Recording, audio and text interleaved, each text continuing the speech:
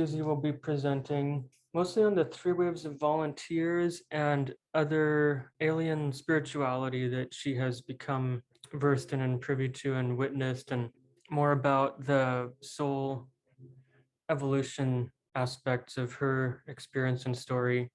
Of course, Suzy Hansen is a lifelong contactee, and she's had contact with gray aliens and it seems other types, and there seems to be a large federation that she has been involved with and witnessed, and also large operations of hybrid programs and other contact programs, which seems to be mostly for the evolution of human consciousness on this planet to help us to progress our civilization.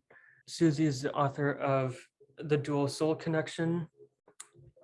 That book has contributions from Rudy Schild, an emeritus professor in astrophysics and biology. Without further ado, I will give the floor to Suzy. I'll mute myself. Everyone will please stay muted. Suzy will have to unmute herself. Her screen share is up and we will get the presentation going. We have, it looks like 19 participants currently, and possibly more will join soon from, I believe, 3 different countries, if I'm correct on that right now. We also have, in addition to the SUFON, Seattle UFO Network group, we have the Washington MUFON group and Maureen joining us. She's the director of Washington MUFON. Please welcome Suzy. Be prepared to sit back and enjoy a nice enlightening talk, and then followed by a further discussion where we can ask our burning questions. Okay, thank you, Troy. Okay, so let's get started. As Troy has said, this is my book, The Dual Soul Connection, The Alien Agenda for Human Advancement. I knew all my life that I was going to write a book. I couldn't imagine that I ever would, but I did. And a lot of the information came to me, the guidance on how to put the book together so that it is kind of multi-leveled. I receive hundreds of emails from people overseas who say that they have read the book, you know, once, twice, 3, 4 times, and that each time they read it, something new seems to open up for them. And when I was began writing the book, the Greys told me that they would assist me to do this so that the book would carry over to people of different levels of understanding in process, and that it would help to open up more further understanding with people. As Troy said, this is Rudy. He's retired now, of course. He's an emeritus astrophysicist, so he still has access to be able to use all of their equipment, which is great. So this is our speech today, spirituality and the ET human soul connection. And those are some of the topics that we'll cover today: soul origins, complex multi-layered education programs run by the ETs for humans, with the alien agenda, the dual soul connection, the 3 waves, and human advancement and evolution. That's quite a lot. So I'm just going to be really touching broadly on each of those areas. And if you want to know more about that, well, I've got other speeches on YouTube, and of course, it's all in my book. Okay, so let's look first at soul origin, pathway to another life, to a new life. And first of all, I'd like to look at this good old quote by C.S. Lewis: "You don't have a soul." We often talk about people having a soul. You are a soul. So your consciousness is you as a soul. You have a body. You don't have a soul. You are a soul. So some years ago, I had a vision kind of thing, I suppose, which is a snippet of memory, or a flashback, some people might call it, where I very clearly saw that this group of shadowy figures who I knew was what I call a universal governing body, or shortened to UGB in my book. And this is a spiritual group, universal spiritual group, made up of a whole lot of different entities and consciousnesses. And they were in the process of helping me to decide whether I wanted to choose a particular life. And that's actually me there, that pinky purple ball of light, and the other ball of light is a soul that was accompanying me. And this other soul seemed in some ways to be speaking for me. So this brings the question of free will into question, because this was not a foregone conclusion that I had decided that this was the life I was going to have. There was a number of steps that took place before any decision was made on whether I would incarnate into this life. And there seemed to be the need for a consensus of opinions and souls giving opinions. It was not a straightforward choice on my part. So during this discussion, during this process, I found myself awakening in the field of consciousness. So it was as if I was floating. My mind or my consciousness was floating somewhere, and I seemed to be at rest. And then I felt this tingling feeling, and it was as if I was presented with two different lives, and I was able to somehow look into those lives, see snippets of the lives, and appreciate what was involved in each of those lives. And it was as if I could make a choice between them both by using this information. So one was a sponge-like existence on a newly forming planet, and the other was me in person in this life, Suzy Hansen, in this life on Earth. I decided to take this life, even though both of them seemed to be very difficult lives with a lot of commitment and hard work in them. Once I'd made that decision of which life I seemed to prefer, or the frequency felt right for me, I then selected what I might need for that life. So I didn't take everything with me as that I may have learned over many lifetimes. I only took what I thought I would need that was appropriate for that life. So this is about the soul source selecting and then dividing. And this brings into question the idea of can we split our soul, and does another part of our soul start leading a life somewhere else? And these are questions that many people are talking, and professionals even are discussing today, about the split soul and what happens to the rest of it. Is it still floating there, or has it taken up another life? So the interim step for me was attracting other souls. The first interim step before incarnating was attracting other souls and individuals and groups of souls. Now you can see that there's a change in color of the writing here. We've got black and we've got blue. So the black areas are the pathway of, say, just any soul going to incarnate into a new life. The blue bits are the bits that were added on to this decision on my part with these other beings. This was added on, and these were extra things that had to be done before incarnation could take place. So after attracting other souls who may have been my parents or my sibling or whatever, there was some conferring took place with the universal governing body about the spiritual tasks and many other life tasks that might take place in that life. The second interim step was connecting with other souls who would be directly related to that life. But the second interim step for me didn't just involve connecting with other souls. It involved that I was required to connect with another species, and that was the Greys. Once I'd made that decision and they had decided that I was fit for this life, then I moved to communication with these other species, and what they called a soul enhancement or education took place. And that simply means that you were taught as a soul more about frequencies, more about communicating with the species, etc. So you were familiarized with the entities that you would be working with. And the last factor there is incarnation. In black, that's where a soul then incarnates after they've gone through steps 1 and 2. But for me, I incarnated with what I now understand to be a dual soul, and we will cover that shortly.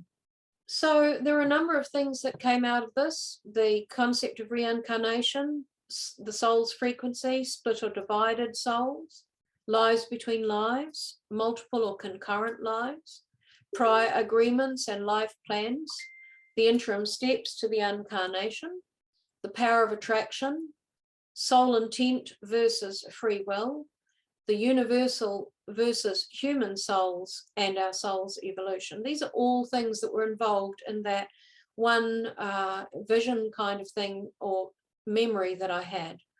And we often talk about being a human soul. In fact, we are a universal soul. We are living a life as a human, but our soul is universal. So let's move on to the multi-layered education programs to assist humanity. And this is where souls who have incarnated for a specific reason amongst what I call the 3 waves, which I'm going to move on to shortly. This is where these souls are coming from. They have had these complex multi-layered programs before they incarnated. That's the soul enhancement I just talked about. But also right throughout their lives, they are part of education programs to assist humanity. And this is a great part of people being taken on board craft. People talk about being on a craft and this happened to me, and someone else will say, well, this happened to me. And there are always those concurrent themes, those similar factors that happen for people going on board craft. But then there are the other specialized ones that pertain to your soul task and why you are here.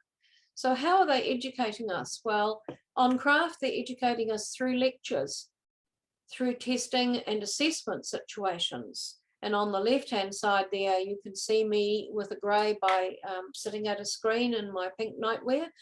And I'm undergoing a test with 15 other humans to see how well we had learned how to use their advanced technology. The bottom center image is when we were lectured to by a very senior and elderly grey about energy and plant energy on our planet. On the left-hand side, you can see that I had become versed in using some of their technology. That's a light elevator that I'm coming out of, very advanced light technology.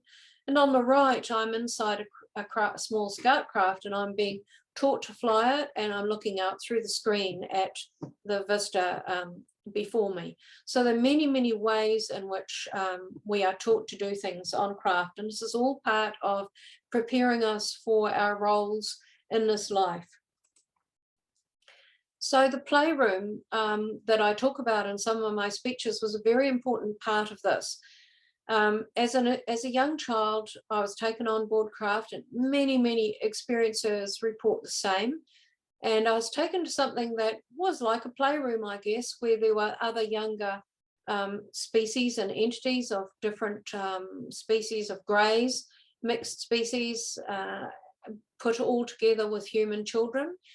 And that is how we learned to communicate with them, to use telepathy, to understand their energy and how they are able to manipulate energy and manipulate matter. So we did things like levitation and telepathy and all kinds of interesting things that we can't do down here because we don't have that same frequency atmosphere or environment that is available on the craft.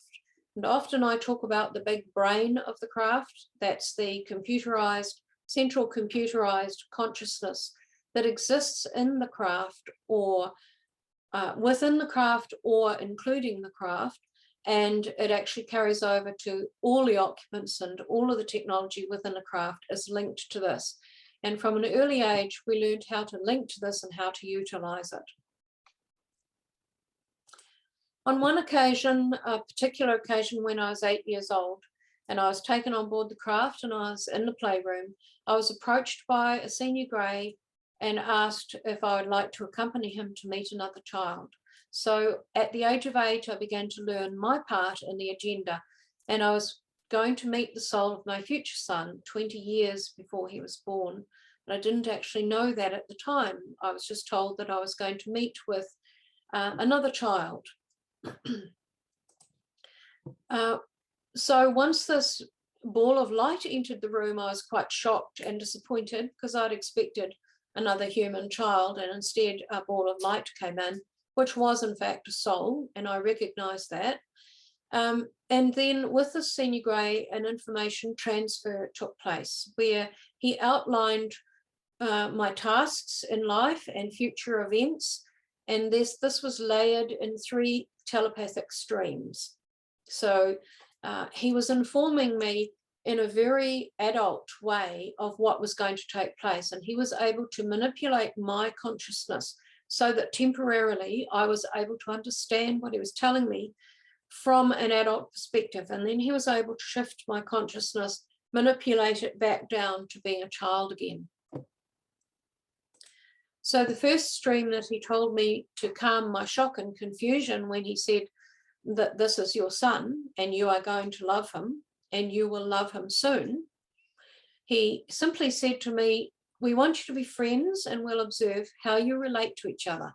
And he informed me that on many occasions when I came on board craft for the rest of the 20 years until he was born, then I would communicate with him and learn to know him very well, because we would need to work together very closely in our lives.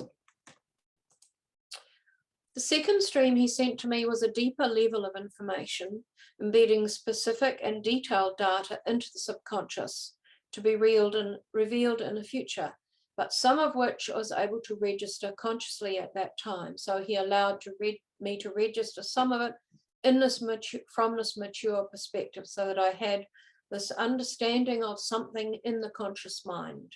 The download was absolutely massive, and it involved a huge amount of information of things that would happen in my life about the 3 waves, about the dual soul, about how this would impact on my life.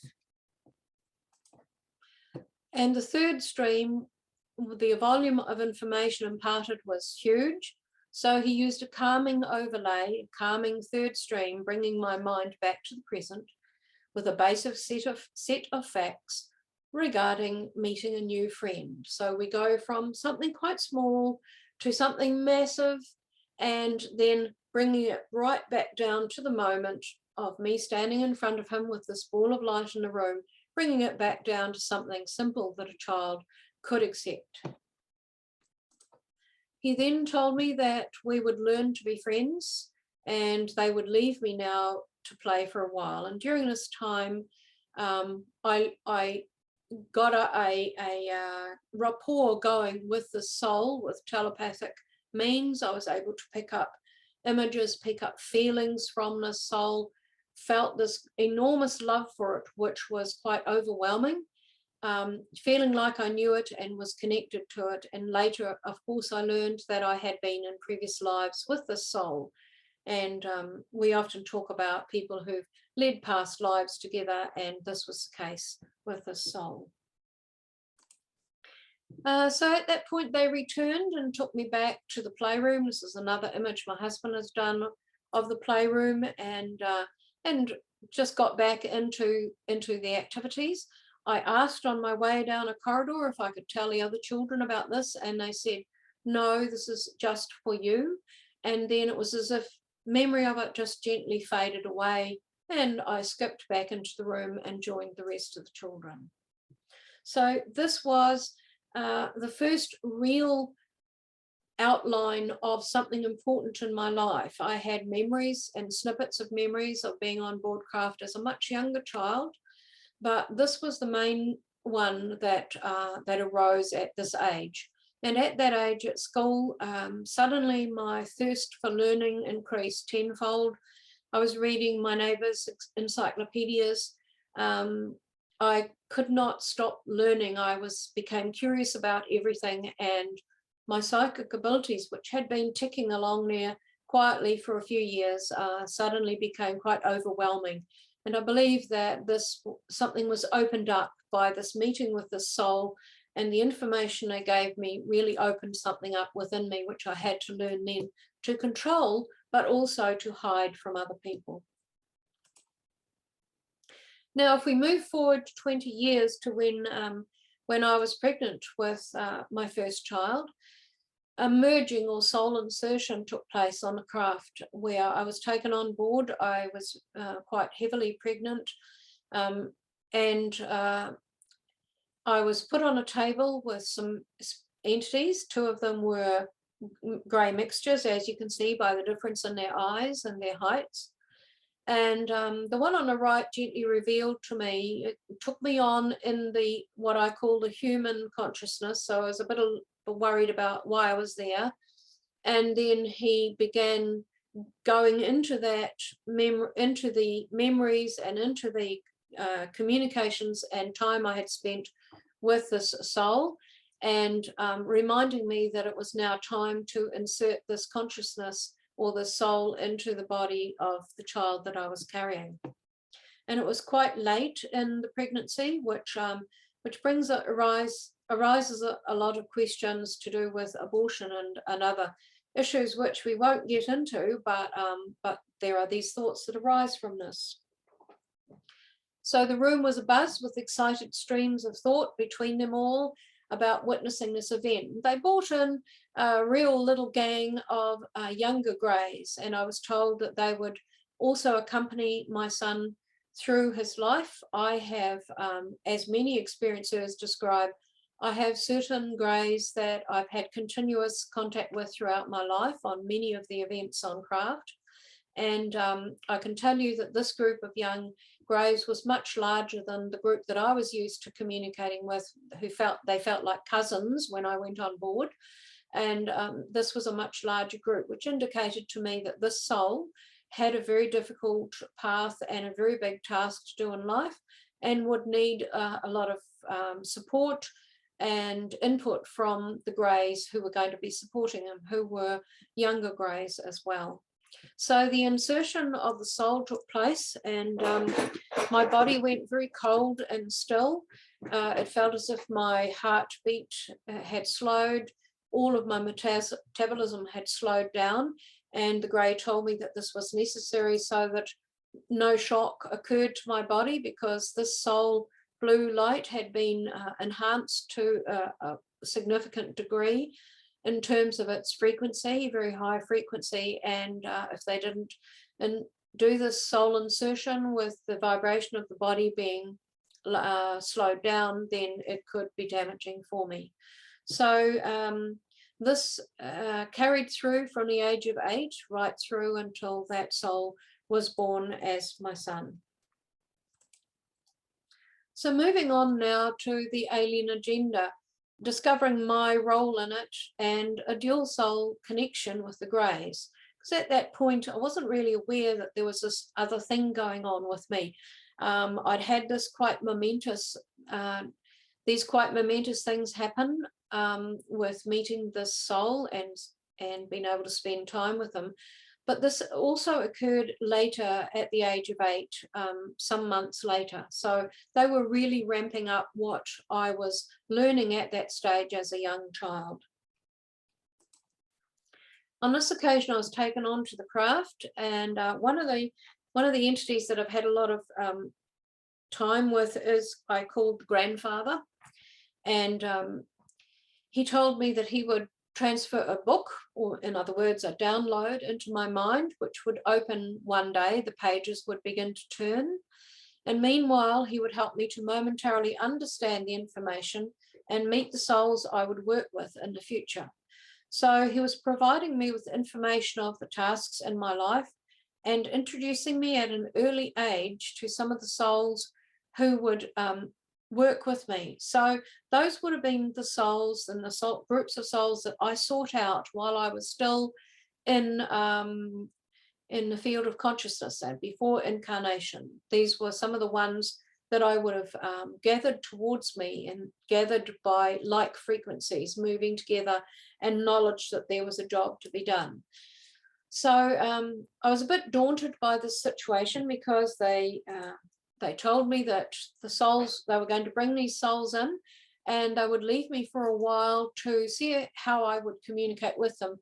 And the souls would come close to me and into my consciousness. They would put some images or whatever little bit of snippet of information they thought was appropriate that I might or would likely recall in the future and recognize.